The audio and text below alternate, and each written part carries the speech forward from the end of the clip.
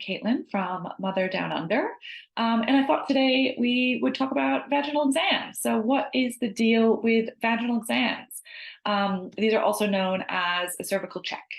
So, some things to consider. Number one, your cervix is not a crystal ball. So, a vaginal exam will tell you what your cervix is doing at that moment in time, but it's not predictive. So, it's not going to tell you what's going to happen in the next hour or 2 hours, and it is not going to tell you when your baby will be born. And remember, in terms of what's happening in labor, your cervix, and particularly dilation, is just one piece of the labor puzzle. So, labor progress is more about your uterus completely transforming than it is just about your cervix opening. So, your cervix is not a crystal ball. There's lots more involved in labor than just dilation. Number two, evidence around vaginal exams is mixed. A Cochrane review concluded that there's no evidence to support or reject the use of routine vaginal exams in labor.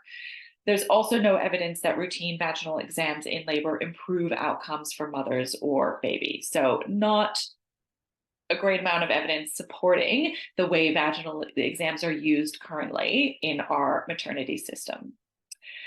Number three, vaginal exams can be disappointing. So, what if you are not as dilated as you had hoped? And this is something that you want to consider for your birth preferences. Like, if you do have vaginal exams, do you want to know how dilated you are, or do you just not want to know? Maybe you would prefer that your partner knows, and instead of using the number, your partner can say something hopefully encouraging to you, like you're doing so well, there's been a lot of progress, like you're so strong, like you're doing great, keep going, that kind of thing. Another option with the sort of assessment portion of vaginal exams is to get all the information. So when our care providers are relaying the vaginal exam assessment, they tend to only tell you the dilation, but maybe you also want to know how effaced your cervix is, how soft it is, how your baby's moving through the pelvis. So again, there's lots of pieces to this puzzle. Dilation is just one of them, and really having that hyper focus on dilation, it can be misleading, and it can also be really disappointing.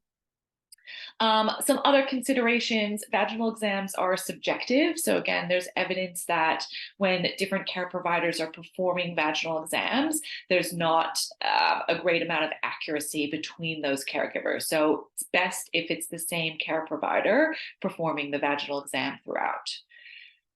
They can disrupt labor. So this is usually with a vaginal exam, you need to be, in bed on your back. So if you were in the shower, if you were in the birth pool and it's time for a vaginal exam, you're going to need to get out. They also can be uncomfortable. Just, when you're in labor, you don't really want to be lying flat on your back, like that's uncomfortable. And the vaginal exam itself can be painful.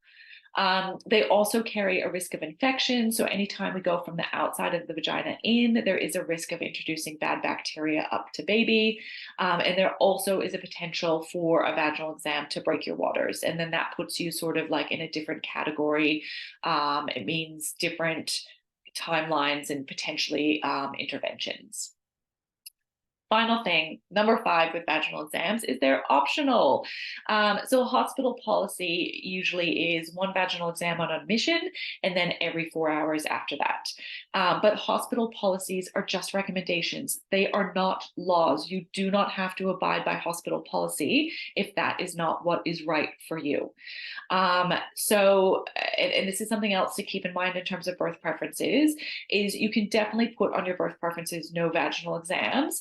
And it is always up to you if you want a vaginal exam, but it can be harder to say no to a vaginal exam if you've said yes to an induction or if you've said yes to an epidural. So what's happening in labor does influence choices around vaginal exams.